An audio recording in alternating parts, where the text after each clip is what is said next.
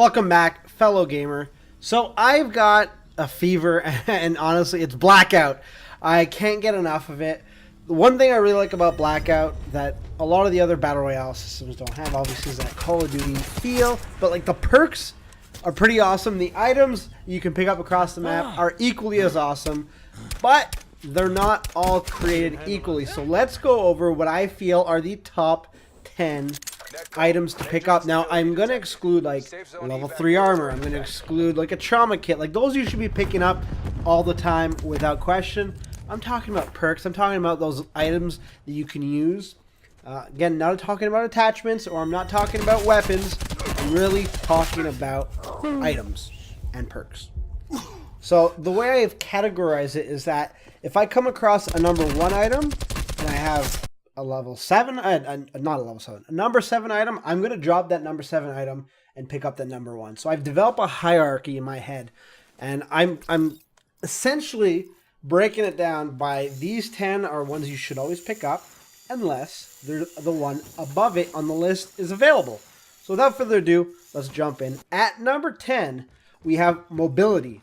So mobility is great. It allows you to mantle quicker, you slide a bit longer. It makes you more, mobile. You can juke somebody. So obviously mobility makes you more mobile, but you can juke people. You can maybe evade somebody a bit quicker. It's a good offense and defense aligned perk, so you can really do a lot of damage if you are comfortable with the mobility aspect. Number 9, I've got the recon car.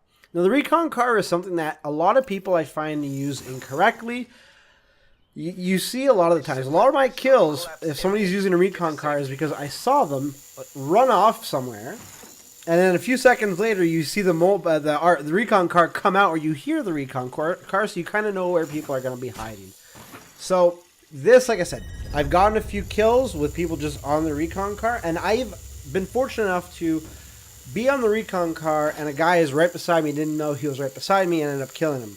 You should really be deploying it in like weird spots, outdoors. I like to throw on something like paranoia before I use my recon car, because I'll know if somebody has looked at me or zoomed in on my whereabouts, and then I know not to deploy it.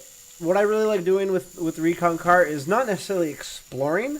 I like putting it close to me at a higher vantage point and just looking around to see what's going on without having to peek my head out. It's kind of like third-person view in a first-person game.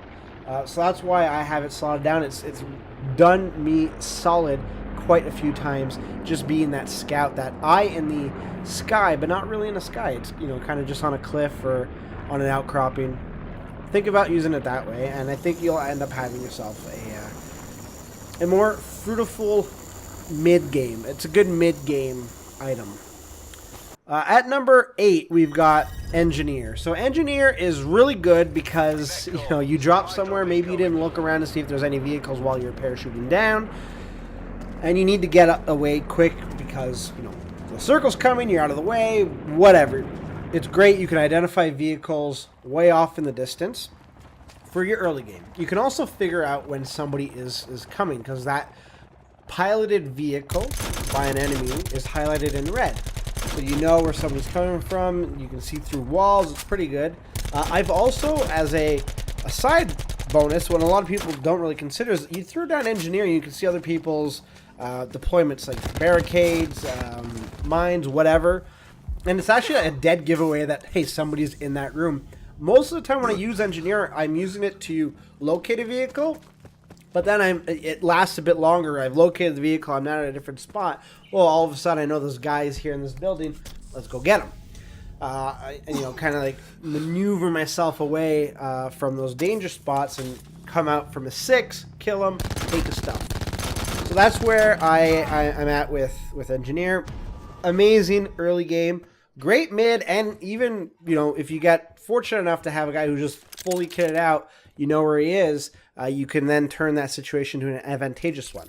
Next, we've got Cluster Grenade. So Cluster Grenade, when Blackout came out, everybody was like, this grenade is way too OP. They changed the way. You used to be able to have 2 stacked on one spot. Now you can only have 1 cluster grenade per like square in your backpack.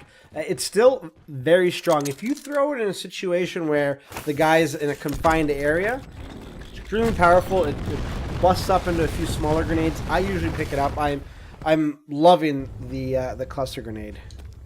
Now number 6, we've got the 9-bang. 9-bang, a lot of people were saying it's really annoying. You can't see anything, and you slow down, and you can't do anything. Well, yeah, that's the whole point of the 9-bang. If you throw a 9-bang at somebody and you've got a clear shot at them, 99.9% of the time it should result in a kill. Then there's awareness at number 5. Awareness is really great simply because you gain some intel. All of a sudden, I'll be playing, then I hear somebody coming up from behind me that I would not have heard if it wasn't for awareness. Now, sometimes awareness, I will say this, will screw you up because you can hear so well that you think somebody's right beside you, but in reality, like, they're 3 houses away almost. And I've been caught in certain situations where I was waiting for a guy because I heard him for like 10 minutes, and then finally I only to realize he was like, you know, a block away. At number 4, we've got a perk that I've already mentioned, and that's Paranoia. Great thing about Paranoia is you get that cue, that chime when somebody aims on you. Now, if you have somebody that's proficient with, you know, either it's quick scoping or whatnot, it can negate Paranoia because you'll only get that notification like half a second after somebody's really aimed on you. And sometimes it might be too late for that intel, but generally I feel quite confident, especially late game. If you're out, the final circle's out in the desert or something, there's not much cover, and I need to run to the next circle. I know that having Paranoia on makes me more comfortable with my surroundings, and I know that if I hear a chime all of a sudden to just start running around like a madman. And then at number 3, we have something that's actually shot up my list significantly in the last week, and that is Grapple Gun. Grapple Gun has a lot of awesome applications, especially if your final circle is in a weird spot with a lot of elevation, and you don't necessarily think that people can get the high ground, so you claim that high ground yourself because you have that grapple gun. Not only that, though, you're able to get out of situations quickly. If somebody's firing at you, grapple onto a tree, grapple onto a rock, take off, get some cover, or better yet, sneak up on your opponent. I've used it a lot in the final circle. It's gone to be now, like, I'll carry 2 sets of grapple guns so I can have 10 grapples.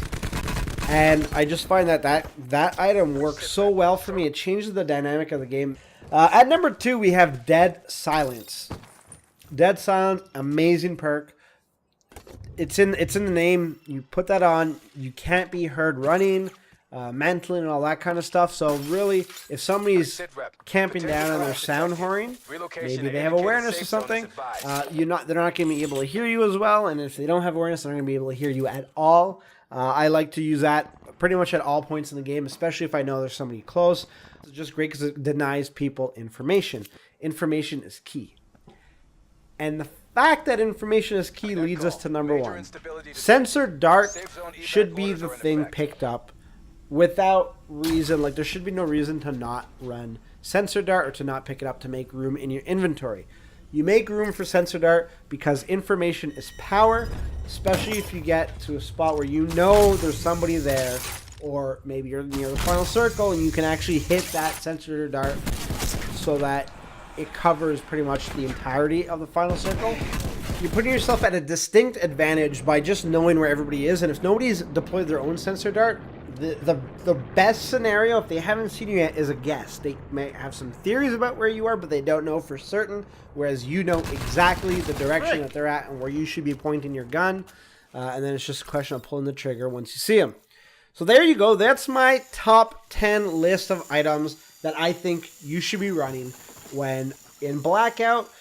Use this list if you need any help. You're not too sure what you have some preferences for. Maybe you don't like the recon car. Maybe you're never comfortable using it. Scratch that off the list. You know, put something else in there. Holy shit! In reality, I think the top 3, top 4, maybe even top 5 are musts. You absolutely have to run these. There's no reason. I sometimes see Sensor Darts on the ground after people looted. Doesn't make sense to me. Doesn't make sense at all. But I want to know what your top 3 items are. Let me know in the comments below. I'd love to hear it. Let me know how bad you think my list is, or if you're going to use a list, in your next game. Let me know. I'd really like to hear it. Be sure to check out my other content. I do post infrequently, but whenever you want content, you know where to come. I've got a huge library. Catch my live streams. I'm live streaming currently on Facebook. Description, link, all that jazz.